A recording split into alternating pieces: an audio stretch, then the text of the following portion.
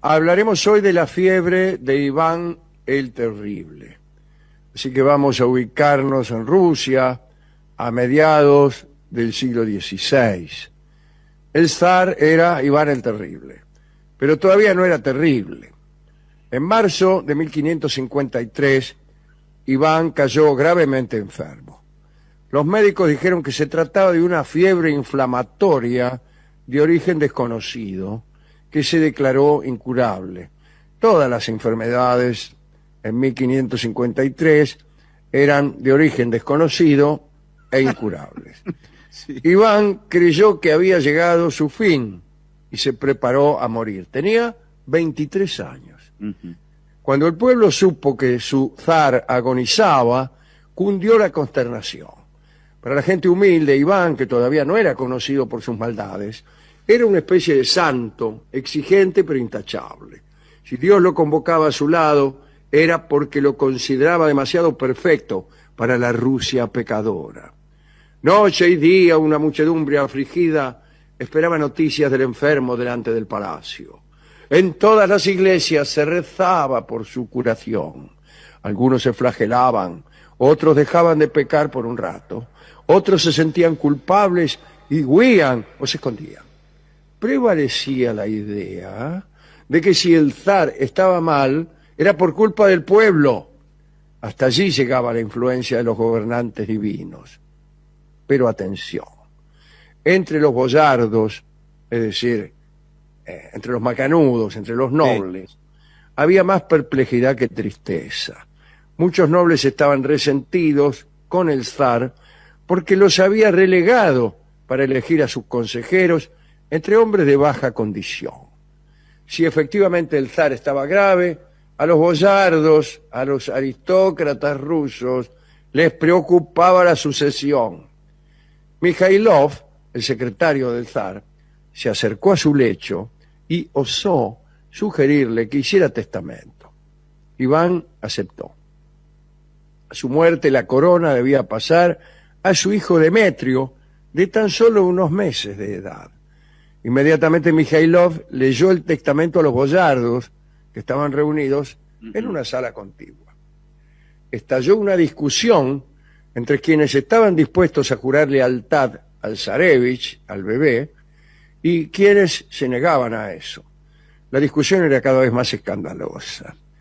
Iván, al oír el griterío, mandó llamar a los boyardos, que entraron en la habitación exaltados. Apenas le pudo decir Iván que debían aceptar a Demetrio.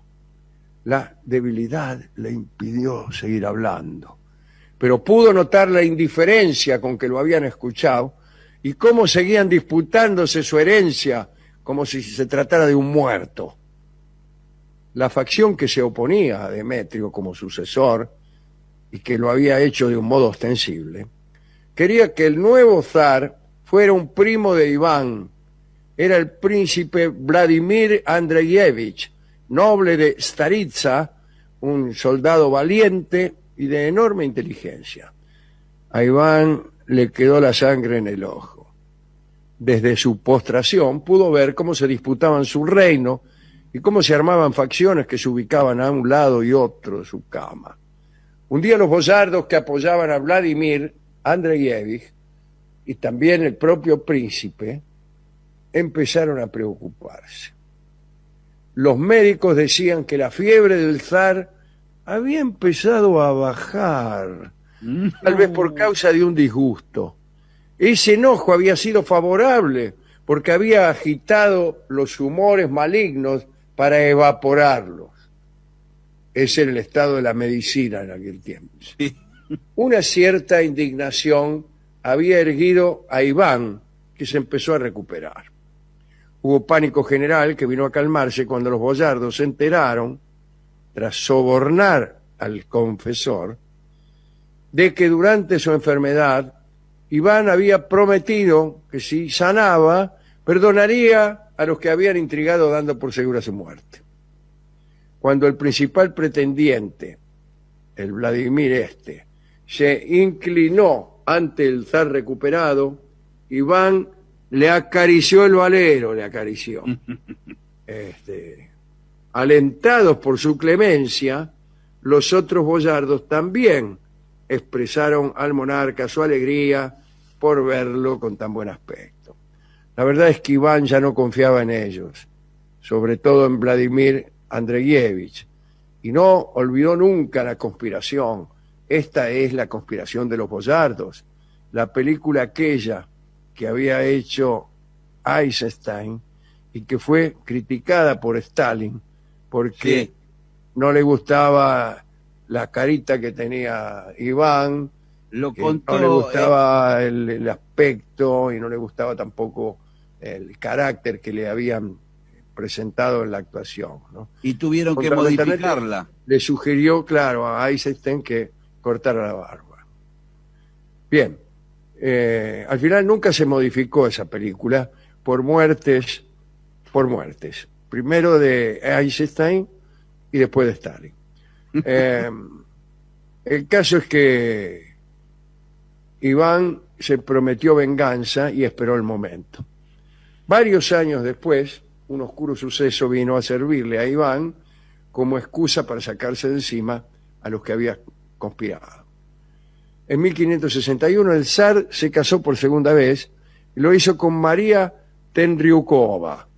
María era hermosa, pero el zar no la amó nunca y se rodeó siempre de favoritas.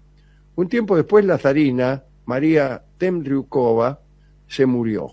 Había sido envenenada y se rumoreaba que había sido envenenada por el propio Iván. ¿Qué tanto?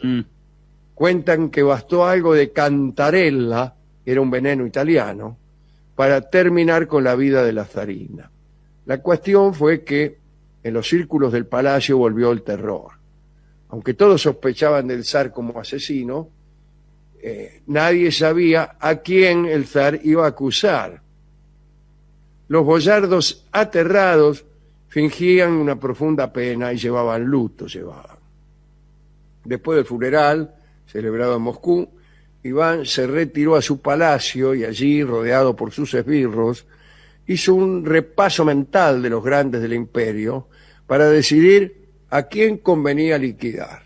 Y le tocó a Vladimir Andreyevich, aquel primo que lo había señalado como sucesor apurado. Le habían señalado al zar, que era un sucesor demasiado apurado. Iván dijo que era el momento de terminar con un altanero que había pretendido usurpar el trono años antes y que todavía pretendía conseguirlo. El zar dijo que era el principal sospechoso por la muerte de la zarina, pero que aquel crimen no había sido el peor. Iván también declaró que Vladimir Andreyevich había sobornado a uno de los cocineros del palacio para que envenenara al mismísimo zar. Bueno, el príncipe Vladimir recibió la orden de presentarse con su familia en el palacio de Sloboda. En presencia del zar, el cocinero, que en realidad había sido sobornado por Iván, afirmó haber recibido unas monedas por echar ciertos polvos en los alimentos de su majestad. Lo que sucedió después fue un espanto aleccionador. Vladimir, su esposa Eudoxia, sus dos hijos, se arrojaron a los pies del zar, diciéndose inocentes y pidiendo que se les permitiera ingresar en un convento. Pero Iván fue inflexible. Los llamó traidores y gritó: puesto que preparasteis un veneno, ahora lo probaréis. Y mandó traer una copa llena de un brebaje mortal. Vladimir se despidió de su esposa, bendijo a sus hijos, mojó los labios en la copa y luego se la bebió. Después bebió toda la familia, vamos.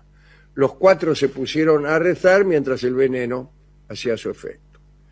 Para clausurar el asunto, el zar exigió que el cocinero delator fuera decapitado, cocinero que él mismo había sobornado. Nadie creyó el cuento del atentado contra la vida del monarca.